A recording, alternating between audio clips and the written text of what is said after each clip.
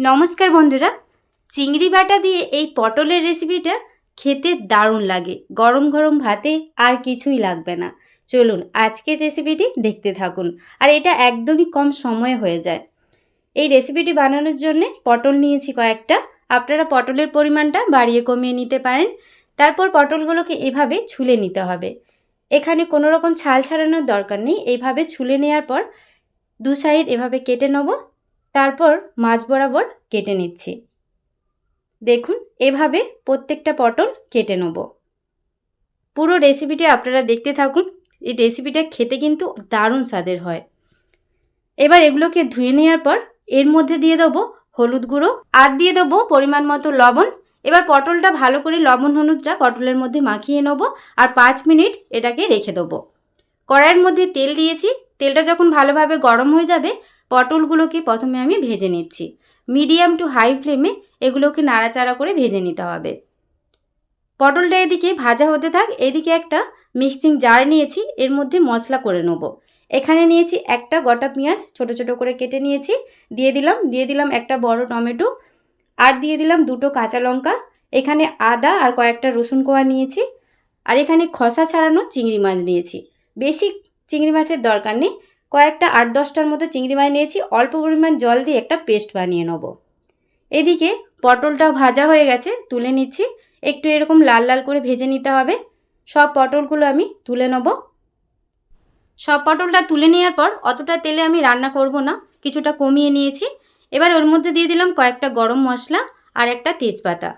আর এটা যখন ভাজা হয়ে যাবে এর মধ্যে যেই মশলাটা আমি পেস্ট বানিয়ে রেখেছি সেটা ওর মধ্যে দিয়ে দিলাম। এবার গ্যাসের ফ্লেমটা মিডিয়াম করে এটা কিছুক্ষণ ধরে কষিয়ে নেব। আর যতক্ষণ পর্যন্ত তেলটা না ছেড়ে আসছে ততক্ষণ পর্যন্ত একটু কষিয়ে নিতে হবে।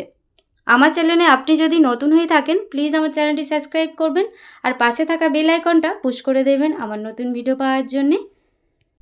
কিছুক্ষণ কষিয়ে নেওয়ার পর তেলটা যখন এরকম ছেড়ে আসবে এর মধ্যে দিয়ে দিলাম কালারের জন্য কাশ্মীরি চিলি পাউডার, জিরের গুঁড়ো, হলুদ গুঁড়ো, লঙ্কা গুঁড়ো দিলাম। যেহেতু এখানে কাঁচা লঙ্কা দিয়েছি সেই হিসেবে লঙ্কা গুঁড়োটা দিলাম। স্বাদ মতো লবণ দিয়েছি। দিয়ে আবারও মিডিয়াম আঁচে এটা কয়েকবার নাড়াচাড়া করে নেব। রেসিপিটি আপনাদের যদি ভালো লাগে প্লিজ একটি লাইক কমেন্ট শেয়ার করে দেবেন। মশলাটা যাতে পুড়ে না যায় মিক্সিং জারের বাটিটা ধুয়ে অল্প একটু জল দিয়ে দিলাম। দিয়ে আবারও কয়েকবার নাড়াচাড়া করে কষিয়ে নিচ্ছি। ফেসবুক পেজ থেকে যদি আপনারা দেখে থাকেন প্লিজ আমার ফেসবুক পেজটা ফলো করে দেবেন। যখন মশলা থেকে এরকম তেল ছেড়ে আসবে তারপর 1 বাটির মতো জল দিলাম। এখানে আমি গরম জলটা ব্যবহার করেছি, আপনারা চাইলে নর্মাল জলটা দিতে পারেন। আমি 1 বাটি এখানে জল দিয়েছি। এবার এটা 5 মিনিটের মতো মিডিয়াম টু হাই ফ্লেমে ফুটিয়ে নেব। মাঝে মধ্যে একটু নেড়ে নিতে হবে।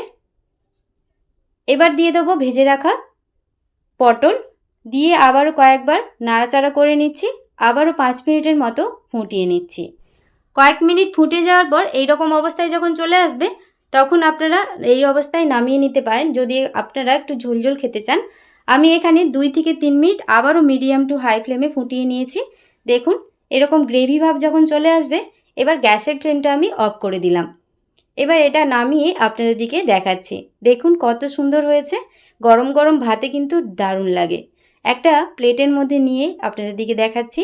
তৈরি হয়ে গেল চিংড়ি মাছ বাটা দিয়ে দারুণ একটা পটলের রেসিপি। এটা থাকলে গরম গরম ভাতে আর কিছুই লাগবে না। আজকের এই রেসিপিটি আপনাদের কেমন লাগলো অবশ্যই কমেন্ট করে জানাবেন। রেসিপিটি ভালো লেগে থাকলে প্লিজ একটি লাইক কমেন্ট শেয়ার করবেন। এই গরমে ঝটপট এই রেসিপিটি বানিয়ে নিতে পারবেন। আজকের মতো রেসিপিটি এ পর্যন্তই। সবাই খুব ভালো থাকবেন, সুস্থ থাকবেন। ধন্যবাদ।